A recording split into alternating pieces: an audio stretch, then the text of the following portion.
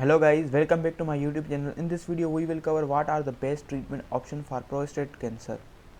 As far as curing the cancer, there are several options with an equally good probability of doing this, so each patient's decision comes down to which set of side effect would I least mind going through. The American Urologic Association periodically reviews all the published series reporting treatment results for the prostate cancer and always comes to the same conclusion. Taken as a whole, there is no difference in the likelihood of cure whether one has surgery or radiation therapy. If one method of treatment were clearly superior, it would make life easy. We as a physician would just tell everyone to have the treatment since cure rates were equivalent. However, men must consider their options and decide which treatment they want, or more realistically which treatment they would least mind having.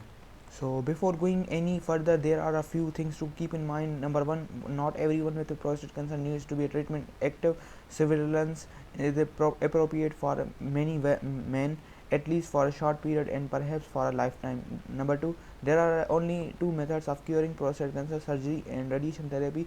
Things like cyrotherapy, high intensity focused ultrasound, microwave heating, laser ablation, and a few other methods may be appropriate for the prostate cancer that recurs after primary treatment, but these are not curative by themselves. Number three, androgen suppression hormone therapy will stop the progression of most prostate cancer, make the PSA drop to essentially zero, and make masses or bone metastasis shrink away, but its effect is only temporary, lasting a few months for a few years. Like the method listed above is not a curative treatment by itself, although it may be combined with the radiation therapy to increase its likelihood for cure.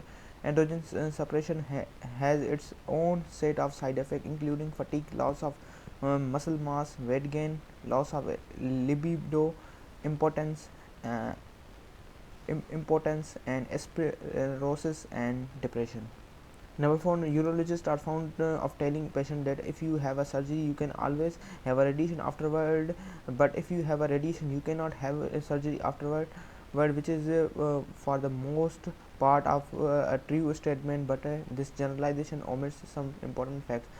First, it really necessary to have a surgery on one's prostate after radiation therapy, since most men who are not cured for their disease do not have recurrence in their prostate gland. Instead, most men who do not ultimately cured for their cancer had subclinical disease beyond the prostate that could not detected prior to starting treatment. It just takes some time for these undetected deposits of cancer cells to grow enough so that they eventually cause an elevation of the PSA independent of any PSA being produced in the prostate. If someone does have persistently elevated PSA following treatment with radiation therapy and it repeats biopsies of their gland are positive.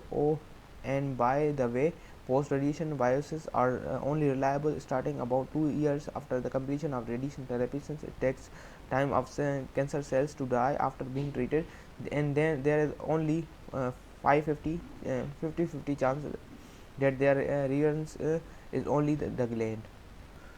Salvage prostatectomy can be performed after radiation therapy, although it is a difficult operation due to intense fibrosis around the gland and the decreased blood supply, both of which are because of the radiation therapy. These operations are performed at a major urological center where they do a quite few of them, as opposed to being done by community urologists. Even in the best of the hand, there is a high risk of inconvenience following prostacy performed after radiation therapy.